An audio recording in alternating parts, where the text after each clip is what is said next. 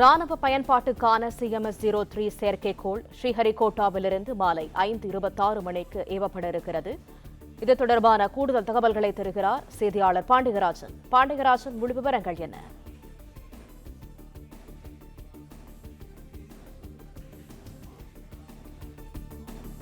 ராணுவ பயன்பாட்டிற்கான CMS-03 செயற்கைக்கோள் ஸ்ரீஹரிகோட்டாவிலிருந்து மாலை 5:26 மணிக்கு ஏவப்பட இருக்கிறது.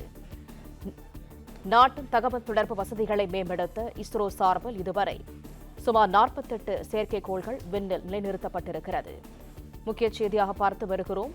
கடந்த 2013 செலுத்தப்பட்ட GSAT-7 ருக்மணியின் ஆயுட்காலம் விரைவில் முடிவடைகிறது.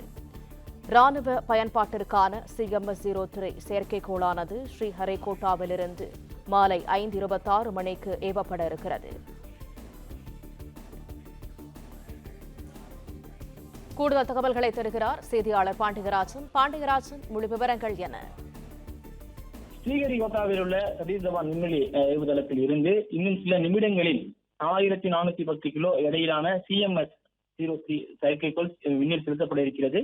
இந்த செயற்கைக்கோளை பொறுத்த வரைக்கும் இதுவரை இந்தியாவில் இருந்து விண்ணிற்கு செலுத்தப்பட்ட புவி சுற்றோட்ட பாதைக்கு அனுப்பப்பட்ட செயற்கைக்கோள்களிலேயே மிகவும் அதிக எடையுள்ள ஒரு செயற்கைக்கோளாக பார்க்கப்படக்கூடிய அந்த செயற்கைக்கோள் இன்னும் சில நிமிடங்களில் அனுப்பப்பட இருக்கிறது. LVM-3M5 ராக்கெட் மூலமாக CMS-3 செயற்கைக்கோள் ஸ்ரீஹரிகோட்டாவிலிருந்து இன்று மாலை ஏவப்படுவதாக தெரிவிக்கப்பட்ட நிலையில் அதற்கான 24 மணி நேர கவுண்ட் டவுன் நேற்று மாலை தொடங்கி இருந்தது. அதற்கான இறுதிக்கட்ட கவுண்ட் டவுன் தற்போது சென்று கொண்டிருக்கிறது. இன்று மாலை 5:26 மணிக்கு 1410 கிலோ எடையுள்ள இந்த CMS-3 செயற்கைக்கோளை விண்ணில் செலுத்துகிறது இஸ்ரோ.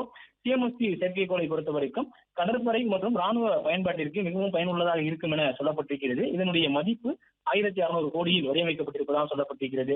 இந்த ராக்கெட்டை ஏவுவதற்கான 24 மணி நேர கவுண்ட் டவுன் நேற்று மாலை தொடங்கியிருந்தது. அதற்கான இறுதிக்கட்ட கவுண்ட் டவுன் தற்போது நடைபெற்று வருகிறது. இந்த செயற்கைக்கோளை பொறுத்த வரைக்கும் இதற்கு முன்பு இந்தியாவில் இருந்து அனுப்பப்பட்டிருக்கக்கூடிய செயற்கைக்கோள்களை விட அதிக எடையுள்ள ஒரு செயற்கைக்கோளாகவே இந்த செயற்கைக்கோள் பார்க்கப்படுகிறது. இதுவரைக்கும் இதற்கு முன்பாக தகவல் தொடர்பு மற்றும் இந்த பிராட்பேண்ட் உள்ளிட்ட வசதிகளுக்கு மற்றும் கடல் கண்காணிப்பு, கடற்படையினுடைய கண்காணிப்பு, இந்தியாவினுடைய எல்லைப் பகுதிகளுக்கான அந்த கடற்போகமாக இருக்கக்கூடிய கண்காணிப்பு உள்ளிட்ட பணிகளுக்காகத்தான் பிரத்யேகமாக இந்த செயற்கைக்கோள் வடிவமைக்கப்பட்டிருப்பதாக சொல்லப்பட்டிருக்கிறது. இதற்கு முன் இருந்த செயற்கைக்கோளை பிளே ஸ்டோர் மற்றும் ஆப் ஸ்டோரில் இருந்து பாலிமர் செயலியை QR கோடு மூலம் பதிவிறக்கம் செய்யுங்கள். செய்திகளை உடனுக்குடன் பெறுங்கள்.